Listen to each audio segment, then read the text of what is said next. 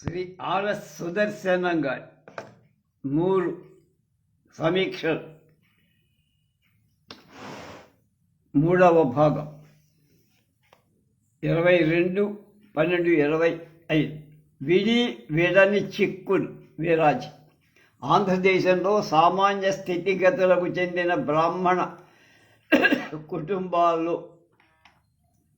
ఏర్పడుతున్న చిక్కుల్ని గురించి మంచి అవగాహనతో అపేక్ష అంతఃకరణాల గల యువకుడు వ్రాసిన నవల.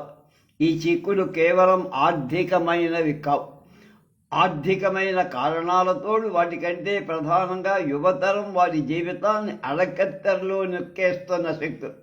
వ్యక్తుల మనోవైఖరికి, సంస్కారానికి సంబంధించి ఇందులో మగవారి కంటే స్త్రీలు వహించాల్సిన బాధ్యత ఎక్కువ. ఈ సంఘ సంస్కరణకు చెందిన విషయము కాదు. వ్యక్తిగతంగా కొంత సహనము, జాలి, సానుభూతి పెంపొందించుకుంటే చాలు. ఈ మనుష్యులో, ఈ సంసారాలు సుఖము, సంతోషము ఎంతో అభివృద్ధి చెందే అవకాశం ఉన్నట్టుగా, కానీ అదే లోపిస్తుంది. ఇదంతా అవలోకించి అర్థం చేసుకొనే నిశితమైన పరిశీలన, ఆర్ద్రమైన హృదయం ఉన్న ఒక యువకుడు ఎవరి కష్టమని తీర్చగలడు, ఎవరి కన్నీరని తొడవగలడు. చిక్కులన్నీ అందరివి ఒకసారిగా విడిపోతే బానే ఉంటుంది, కానీ అలా జరగడం తన ఒక్కడి చేతిలో లేదని గుర్తించడమే ఈ నవల ముగింపు. విషాదాంతం కావటానికి నవల పేరు విడి విడని చిక్కులు కావటానికి కారణం. కథానాయకుడు సూర్యం యువకుడు, గుమాస్తా ఉద్యోగం చేస్తున్న, ఇంకా బామ్మ సంరక్షణలో ఉంటున్న అవివాహిత. ఇటువంటి సమస్య లేనివాడు. అందుకే అందరి సమస్యలు, ముఖ్యంగా ఆ లోగిలిలో ఉన్న 5 వాటాల కుటుంబాలలో సమస్యలు. ఆఫీసులో హెడ్ గుమాస్తా కుటుంబం సమస్య అతనివే అయ్యాయి. అంటే మానసికంగా మాత్రమే వాళ్ళ వ్యవహారంలో జోక్యం చదువుకుంటే తత్వం కాదు. 13 ఏళ్ల అమ్మాయి రాజ్యలక్ష్మికి సూర్యం దగ్గర, అతని బామ్మ నరసమ్మ దగ్గర చదువు. రాజ్యలక్ష్మి సాంబశివం కూతురు. వివాహానికి పూర్వం కలిగిన అక్రమ సంత. సాంబశివం వదిన ఔదార్యంతో రాజ్యలక్ష్మిని తన బిడ్డగా పెంచి మరణిస్తూ సాంబశివం భార్య లలితాంబకు అప్పజెప్పగా విధి లేక ఆ పిల్ల భారం వహిస్తూ లలితాంబ.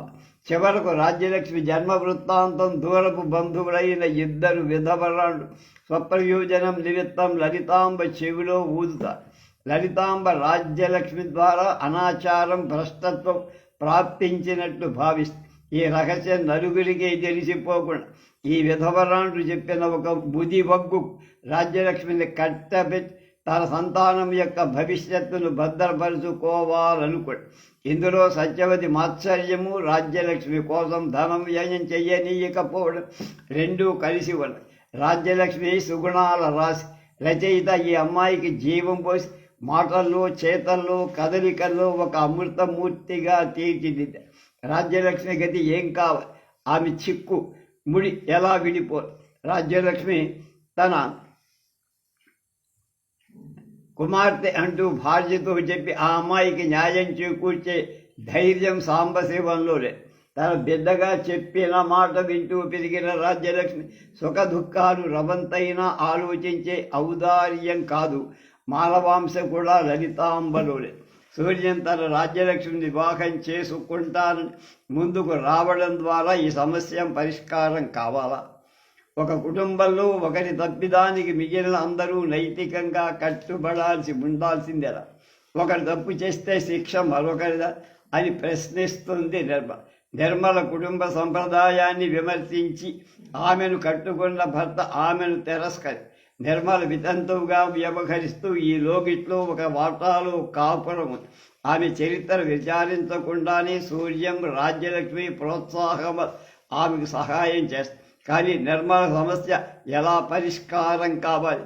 సూర్యం బామ్మ నిర్మల పట్ల చూపించే సానుభూతి మిగతా వాళ్ళు నిర్మల రహస్యం ఏమిటో తెలుసుకోవడానికి, ఆమె ప్రవర్తన మీద అభాండాలు వెయ్యటానికి కాచుకోదు. వాళ్లలో లోపించింది సహనము అవుదాయి. వాళ్లలో ఒకరు నిరంజనం గారి విధవప్ప చెల్లెలనబడే వ్యక్తి. ఆమె ఇంట్లో చేసే పెత్తనాన్ని మేనలుడి ఇంటి ముఖమే చూడు. అతని భార్య కుమిలిపోతోడు. ఈ సమస్యకు పరిష్కారం ఏంటి? ఆ విధవప్ప చెల్లి తన దౌష్యం తనకు ఎప్పటికీ తెలిసి వస్తుంది. మరొక వాటాలో సుభద్రమ్మ వెంకటరత్నం దంపతి. భర్తకు ఎక్కడలేని ఆశ, పైగా అతనికి భార్య మీద ఎప్పుడూ అనుమానం. ఆమె ఎవరితోనూ మాట్లాడకూడదు. నిత్యం భార్యాభర్తల మధ్య పోట్లాడు. ఆ భర్తలో లోపించింది అవుతాయి. సూర్యం ఆఫీసులో హెడ్ గుమాస్తా శంకరం గారి సంత. 6 ఆడపిల్ల. శంకరం గారి సౌహార్దానికి ముగ్ధుడై సూర్యం అతని ఇంటికి వెళ్తాడు. తీరిక సమయంలో చిన్నవాళ్ళైన చివరి అమ్మాయికి చదువు చెప్తాడు. అది శంకరం భార్య జానకమ్మలో ఆశను రేకెత్తి. ఆఫీసులో తోటి గుమాస్తా మంగపతికి వెకిలి మాటలకు కారణము. శంకరం గారి పెద్దమ్మ ఇంటర్మీడియట్ పాస్ అయి తగిన సంబంధం కొనగల తాకత్తు అతనికి. సూర్యమ్మ ఆ అమ్మాయిని చేసుకోవడానికి పూనుకున్న శంకరం సమస్య వీడికి తేలినట్టుగా మిగతా 5కి ఎలా అవుతాయి పెట్టి పోతే సూర్యానికి ఉంది ఒక్క చిక్కు. సూర్యం తండ్రి ఇంట్లోంచి లేచిపోయాడు. ఎవరితోనో తీసుకుని అతని అక్కయ్య అలాంటి పనే చేసి సూర్యం బామ ఈ అప్రతిష్టను ఎలాగైనా తుడిచిపెట్టి సూర్యానికి మంచి సంప్రదాయం గల కుటుంబాలు పెళ్లి చెయ్యాలని చూస్తాయి. మేనమామ జయరావు తన కూతురు మీనాక్షిని కట్టబెట్టాలని అతని ఉద్దేశం అప్రతిష్టను తెలివిగా ఉపయోగించుకుంటే కట్నం విషయంలో సులువుగా ఉంటుంది. సూర్యం బామ తమ చెప్పు చేతల్లో ఉంటుంది. ఈ విషయం గ్రహించిన సూర్యాన్ని మేనమామంటే ఇష్టం. బంధుత్వాన్ని పురస్కరించే హృదయాలు కలిసే అవకాశం ఉన్న చోటి జయరావు చూపే లౌకికం ఒక ప్రతిబంధకమే. మేనమామ కూతురు మీనాక్షి మాత్రం సూర్యాన్ని ఆకర్షణ. ఆ అమ్మాయి చక్కనిది, చదువుకున్నది, పైగా ఇంగిత జ్ఞానం ఔదార్యం కల వ్యక్తిగా రుజువు చేసుకుంది. ఆ అమ్మాయిని చూసి మేనమామను భరించడానికి సూర్యం అంగీకరి.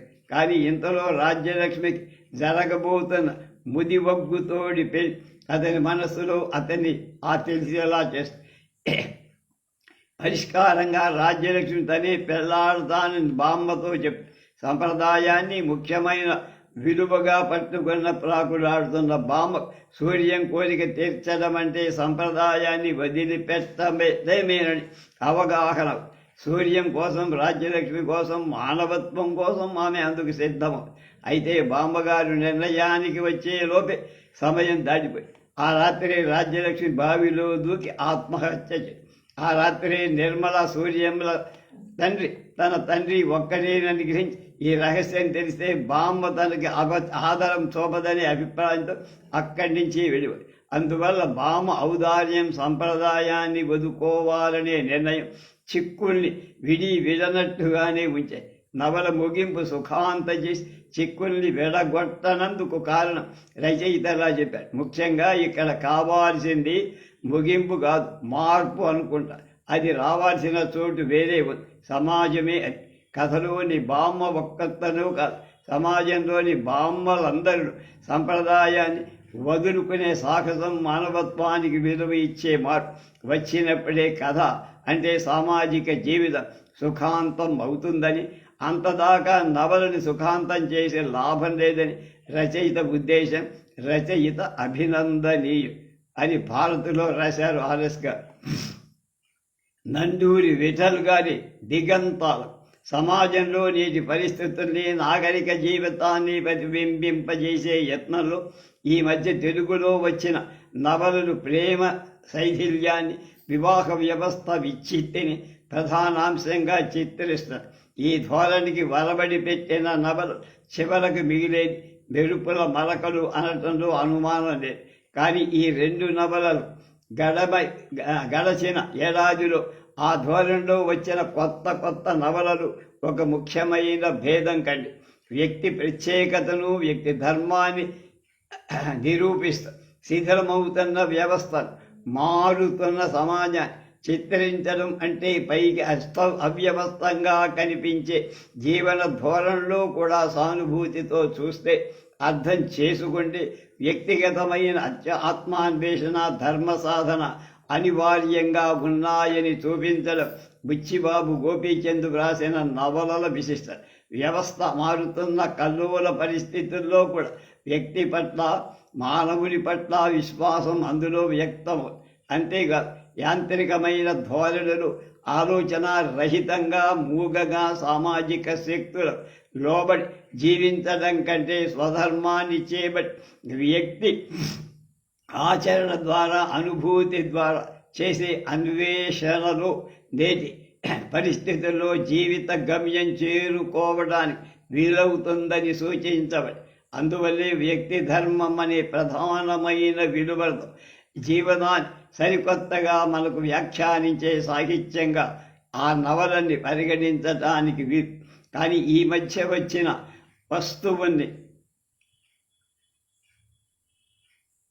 నవల్లో సమాజంలో ఆ వ్యవస్థ, వివాహ విచ్ఛిత్తి వ్యక్తి ధర్మంతో, వ్యక్తి తాలూకు అన్వేషణతో, వ్యక్తిలో సంకల్ప శూన్యతతో, అయోమయత్వంతో, ఆశయరాహిత్యంతో ముడిపెట్టబడి ఉంటుంది. వ్యక్తి విశిష్ట కాదు, విశిష్ట శూన్యత అందులో ప్రధానం. ఫలితం ఈకి అర్థం లేదు. జీవితం అంటే మరణం వేరు, జీవితంలో ఎంత దూరం వెళ్ళినా ఏం చేసినా సాధించేది ఏమీ లేదు అనే నిస్పృహ, అయోమయ. ఇది ఒక ప్రత్యేక దృక్పథం ఎందుకు కాకూడదు అని ప్రశ్నిస్తే ఈ రచయితలు ప్రతిభ లోపించటమే కారణం తప్ప వీళ్లకు అటువంటి ప్రత్యేక దృక్పథం అంటూ ఏమీ లేదని కూడా ఈ నవలు వ్యక్తం చేస్తున్నాయి. మరి జీవితం అంటే మరణం వేరు, జీవితంలో బాధించేది ఏం లేదు అనే దృక్పథం సాహిత్యంలో కొత్తదేం కాదు. థామస్ హార్డీ నవలలు ఒక ఉదాహరణ. కానీ ఆ నవల్లో విస్పష్టమైన అర్ధస్ఫోట్ దేనివల్ల కలుగుతోంది? అజ్ఞాత శక్తి, విధి విలాసం అనే ఒక ప్రతిపాదన ఆ అర్ధస్ఫూర్తి కలుగు.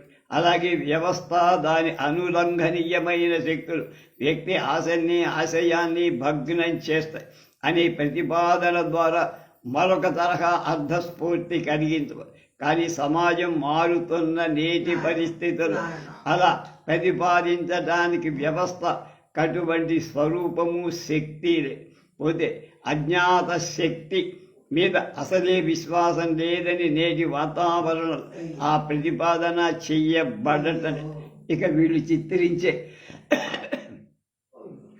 వ్యక్తి వైఫల్యానికి కారణం ఏమిటి? పోనీ ఇది యుగ విసంధి, అందువల్ల వ్యక్తి పాత కొత్తల మధ్య ఇటు అటు తెమలకు ఈ వైఫల్యానికి, నిస్పృహకు లోనవుతారు అనే విషయానికి మాత్రం చెప్పదలుచుకున్నారంటే ఆ వ్యక్తిలో ఒక చిత్త ప్రవృత్తి, మనస్తత్వం, దాని పోకడ అంటూ స్పష్టం చెయ్యాలి కదా. ఇదేం లేకుండానే నేటి సమాజాన్ని, జీవన ధోరణి చిత్రిస్తున్నామని కొన్ని సంఘటనలు గురించి వ్రాసే నవలు చిన్న పిల్లలు గీసే పిచ్చి గీతల్లాగా ఉంటాయి. దిగంతాలకనే పెద్ద పేరు పెట్టుకున్న ఈ నవల అలాగే. ఇందులో కథానాయిక జయలక్ష్మి పెద్ద పిచ్చి గీత. ఆ గీత చుట్టూ అడ్డదిడ్డమైన గీతలు మిగతా. సత్యమూర్తి అనే బ్రతకనేర్చిన వాడి పాత్రుడు లీలగా ఒక స్వరూపం కలిపి, అదైనా నీళ్లలో ప్రతిబింబల్లా అప్పుడప్పుడు చెదిరిపోతూనే. కథా వస్తువులో, సంఘటనలో వాస్తవికత అనటానికి వీలే. కానీ కథనంలో అలాగే పాత్ర ఉన్మీలనలు, జీవితాన్ని గురించి ఏవో కొన్ని ఊహలు కాకుండా ఒక దృక్పథాన్ని ఏర్పరచుకోలేకపోవడంలో రచయిత వైఫల్యం కలిగి. ముఖ్యంగా కథ చెప్పడంలో, పాత్ర పోషణలు కనీసం ఈ రెండు చేతనైతే తప్ప నవల వ్రాయబూనుకోవడం పొరపాటు. ఈ శైలి చూడండి. సృష్టి ప్రాణమైన యౌవనం ఘనీభవించి సౌందర్యాన్ని కప్పుకుంటే జయలక్ష్మి శరీరమై ఇంతకాలం మండుతున్న యవ్వనాన్ని కోరికలతో పీట ముడిపెట్టి గుప్తంగా దాచుకుంది ఆ జవ. రోజు రోజుకు శరీరం తన మీద పగ తీర్చుకుంటూ హింసిస్తారు. ఈ పైశాచిక ఆనందంతో అది క్షణక్షణానికి మత్తెక్కి కఠినమై క్రూర నాగుబాములాగా బొసలుకొని ఆకాశం పగిలేలా ఏడవాలనిపిస్తుంది. భూమి బ్రద్దలయ్యేదాకా నవ్వాలని. ఆద్యంతాలు లేని సృష్టి రహస్యాన్ని దాచుకున్న ఆకలి అడవి మంటల ఆమెను దహించి వేస్తుంది. అలాగే ఉద్రేకాల ఒరబడిలో ఉక్కిరి బిక్కిరై అచేతనమై నిద్రాదేవిని కవుగలిగించుకుంది జయలక్ష్మి. కన్నీటితో పునీతమైన దివ్య కుసుమం జయలక్ష్మి. జయలక్ష్మి యవ్వన సహజమైన కోరికలతో సతమతము అనటానికి ఇంత హంగామ.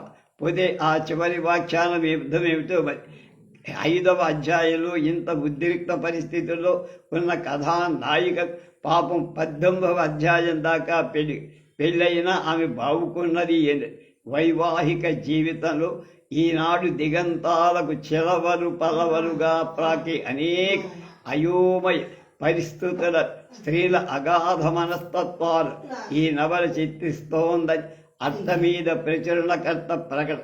అయోమయ పరిస్థితులు వ్యాఖ్యానించలేని ఈ రచనలో పరిస్థితుల అయోమయం కంటే రచయిత అయోమయం ఎక్కువగా ఉన్నది. ఇది భారతిలో పడింది. రేపు ఆయిందే నండూరి వెటర్దే ప్రతిమ.